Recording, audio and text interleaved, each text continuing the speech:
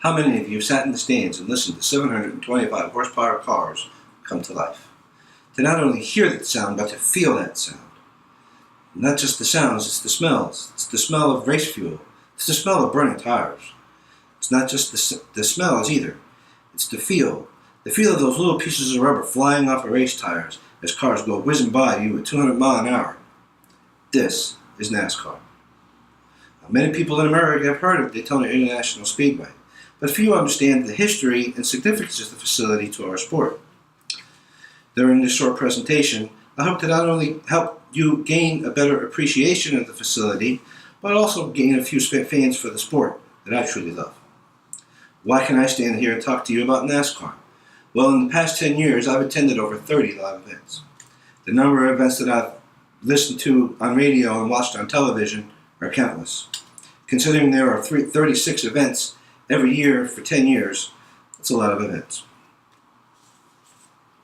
So what are we going to talk about? We're going to talk about the facility from three different aspects. We're going to talk about it from yesterday, the history of the facility, when it started.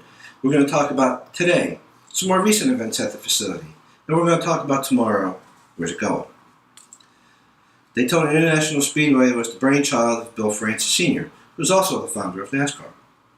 The facility first opened in 1959. The first event that it held was the 1959 Daytona 500. Before hosting that event, events that were held in Daytona were actually ran partly on the beach and partly on a paved road that's adjacent to the beach.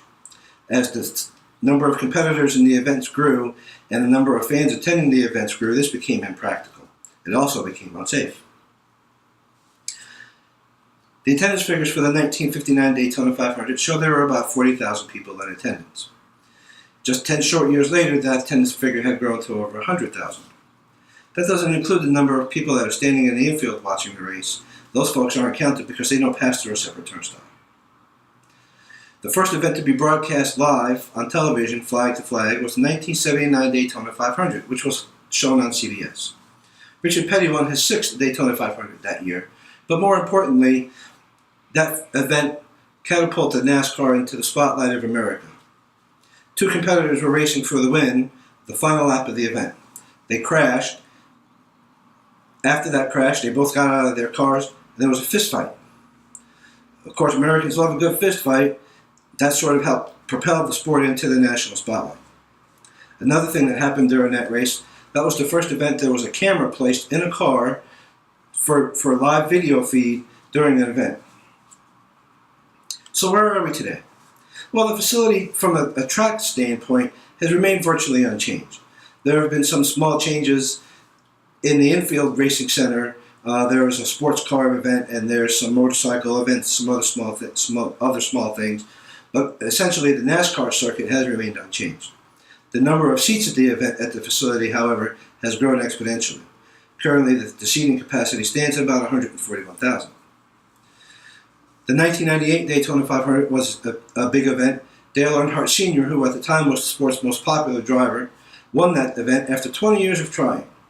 Sadly, Sr. lost his life at that very facility just 3 short years later at the 2001 Daytona 500.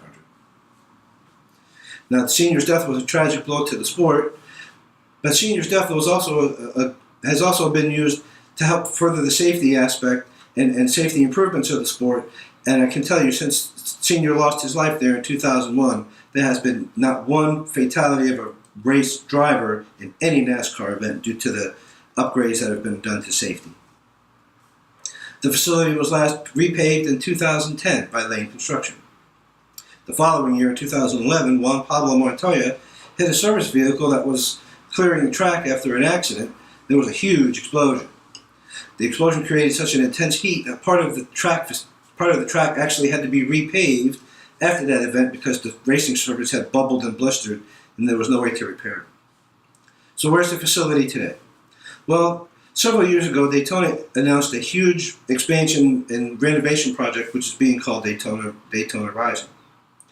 During this upgrade, things are being done like taking out seats. The seating capacity of the facility will actually be downgraded to approximately 101,000. More restrooms are being added. More concession stands are being added.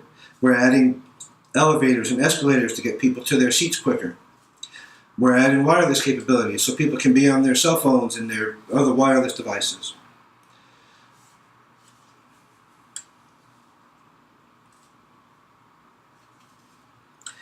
Something else that the facility is doing is, in partnership with Florida Power and Light, who's the local utility provider, there's a large solar field that's going in.